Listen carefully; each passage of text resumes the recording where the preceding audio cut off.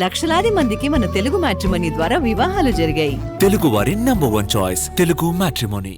పార్టీపై పూర్తి స్థాయిలో పట్టు సాధిస్తున్నారు టీడీపీ జాతీయ ప్రధాన కార్యదర్శి నారా లోకేష్.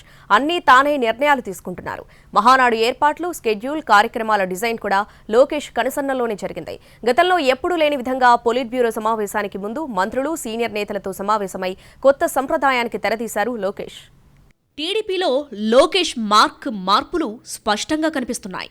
కూటమి ప్రభుత్వం అధికారంలోకి వచ్చినప్పటి నుంచి మంత్రి నారా లోకేష్ వ్యవహార శైలి కొంత భిన్నంగానే ఉంది.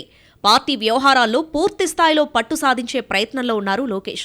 ఈ నెల 14న జరిగిన పార్టీ సమావేశంలో కూడా కీలకంగా వ్యవహరించారు. పొలిట్ బ్యూరో సమావేశం జరగడానికి ముందు మంత్రులు, సీనియర్ నేతలతో లోకేష్ సమావేశమయ్యారు. మహానాడుకు సంబంధించి విధి విధానాలను ఆ మీటింగ్లో చర్చించారు. పార్టీకి సంబంధించిన కీలక నిర్ణయాలన్నీ ఇప్పుడు లోకేష్ కనుసన్నల్లోనే జరుగుతున్నాయి. మహానాడుకు సంబంధించిన బాధ్యతలు లోకేష్ తీసుకున్నారు. గతంలో మహానాడు ఏర్పాట్లు రోజుల తరబడి జరిగేవి. ఇప్పుడు రొటీన్కి భిన్నంగా లోకేష్ కమిటీలు ఏర్పాటు చేశారు. మంత్రులతో కలిసి నివేదిక ఇవ్వడం చకచకా జరిగిపోయాయి.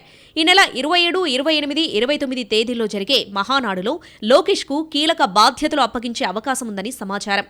వర్కింగ్ ప్రెసిడెంట్ లేదా ఎగ్జిక్యూటివ్ ప్రెసిడెంట్గా లోకేష్ను నియమించడానికి సన్నాహాలు జరుగుతున్నట్లు తెలుస్తోంది.